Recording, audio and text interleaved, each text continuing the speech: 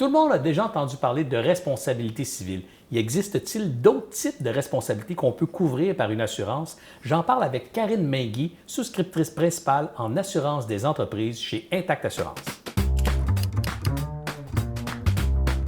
À titre d'entrepreneur, on est bien familier, on a entendu parler d'assurance feu, vol, vandalisme et responsabilité.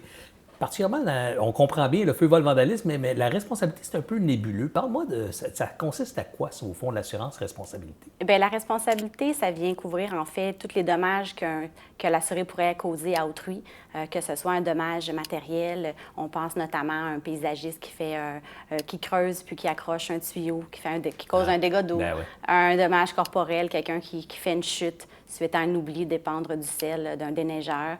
Ce sont toutes des couvertures, ce que tu peux causer en fait à autrui.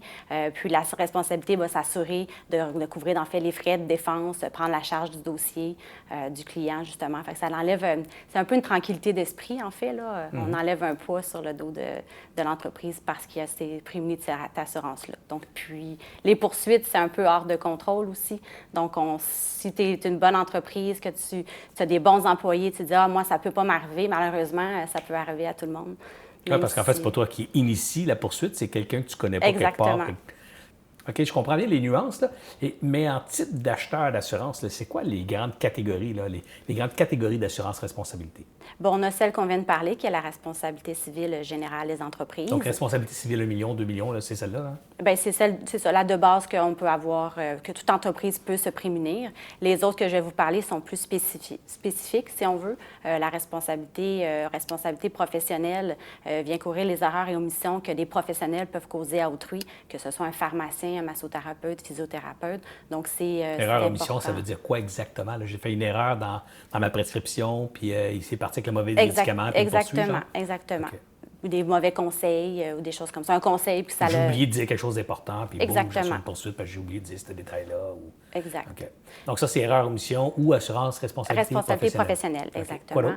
On a aussi l'assurance administrateur et dirigeant qui vient couvrir les administrateurs et dirigeants de conseils d'administration. Moi, je suis administrateur de plusieurs entreprises. C'est une assurance que j'apprécie beaucoup. Explique-nous en détail ce que c'est, là, parce qu'il y a une nuance très importante là-dedans que je veux que tu fasses. Oui. Bien, en fait, c'est ça. Dans les conseils d'administration, on retrouve des administrateurs, des dirigeants. Donc, si jamais il y a des actes qui sont fautifs qui ont été faits par ces administrateurs-là, précisément, même individuellement, ça vient couvrir la personne qui a été fautive dans ce Donc, ce que tu dis, puis ce qui est important de retenir, s'il y a quelque chose qui est de travers dans l'organisation, puis quelqu'un décide de poursuivre l'organisation, on pourrait remonter même à poursuivre l'administrateur et l'administrateur personnellement pour être responsable. Oui, exactement. On les retrouve souvent dans les organismes à but lucratif, dans les conseils d'administration de syndicats de copropriété. Donc, tout litige, une plainte qui est faite au conseil, l'administrateur pourrait être personnellement poursuivi. Ça, c'est drôlement important parce que c'est toi, c'est ton nom personnel. Si l'entreprise n'est pas d'actifs, puis toi, ça donne que tu es plus riche que l'entreprise dans laquelle tu détiens les actions, bien, c'est sûr qu'ils vont se retourner vers toi personnellement.